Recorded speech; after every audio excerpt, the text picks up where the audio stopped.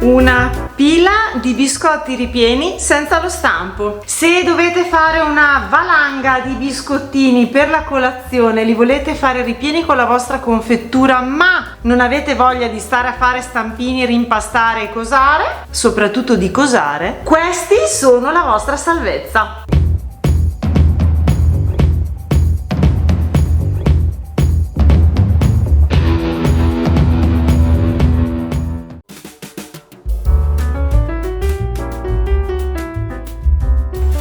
Iniziamo preparando una frolla normale ma con un'aggiunta più friabile, perché metteremo anche un pochino di fecola di patate.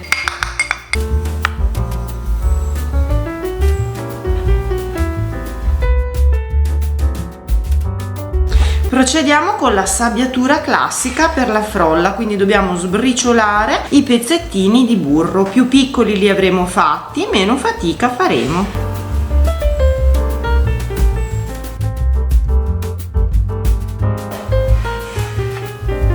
Aggiungiamo l'uovo e per un po' di aroma in più l'estratto di arancia o di limone, e se preferite va bene anche quello di vaniglia. Vi lascio il video per farli in casa alla fine di questo.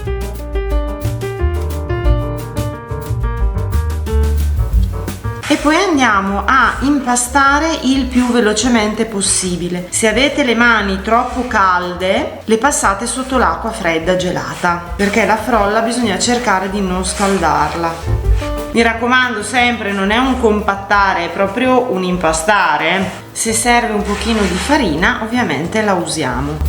Impastiamo il minimo indispensabile per ottenere una frolla perfettamente liscia e omogenea. La appiattiamo in questo modo, passiamo con un filino di farina sopra e sotto. È venuta grazie alla fecola di una consistenza meravigliosa. E poi andiamo con pellicola alimentare, oppure lo sapete che io uso sempre la mia stoffa cerata, a mettere in frigorifero per un'ora. Se avete anche un po' più di tempo è meglio. Togliamo la frolla dal frigo.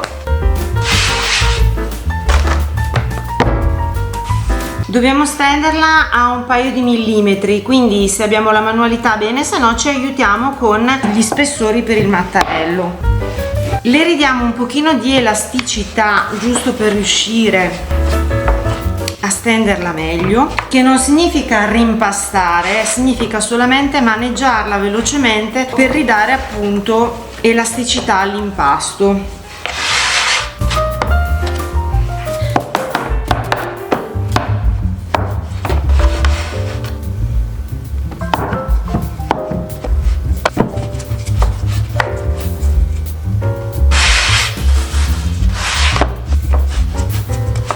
Tirata bella sottilina. Adesso andiamo a prendere la confettura che ci piace. Io in questo caso userò quella che ho fatto di fichi e mandorle, voi usate quella che vi pare. Adesso dobbiamo considerare la metà, quindi o in questo senso o in questo, da farcire con un filo di confettura. Non ne dobbiamo mettere tantissima, perché se no dopo esce a prescindere. Se è una confettura un pochino soda, ovviamente è meglio, lasciando un pelino il bordo libero, perché dopo quando andiamo a schiacciare per livellare la pasta un pochino si muove.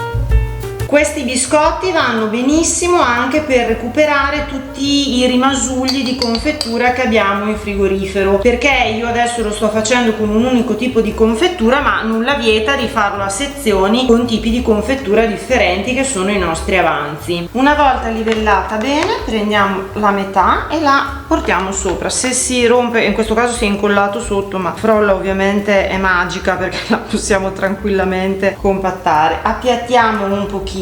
Se vogliamo sigilliamo un pochino i bordi.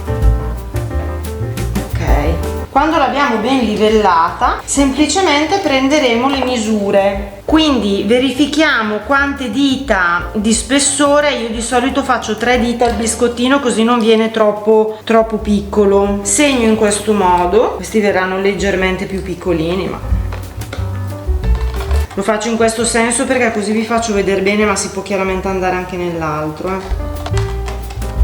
Tagliamo i nostri biscotti e poi li facciamo sempre da 3 anche nell'altro. Chiaramente se poi li volete, come dire, rettangolari o di un'altra forma, insomma dopo vi arrangiate voi. Il bello è che non dovete usare nessun tipo di stampo in questo caso.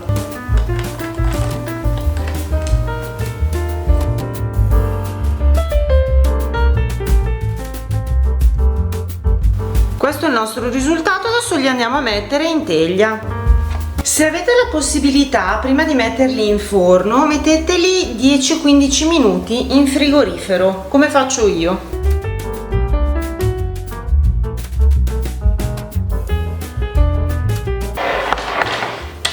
Una volta cotti, attenzione perché sono delicatissimi, li mettiamo a raffreddare completamente.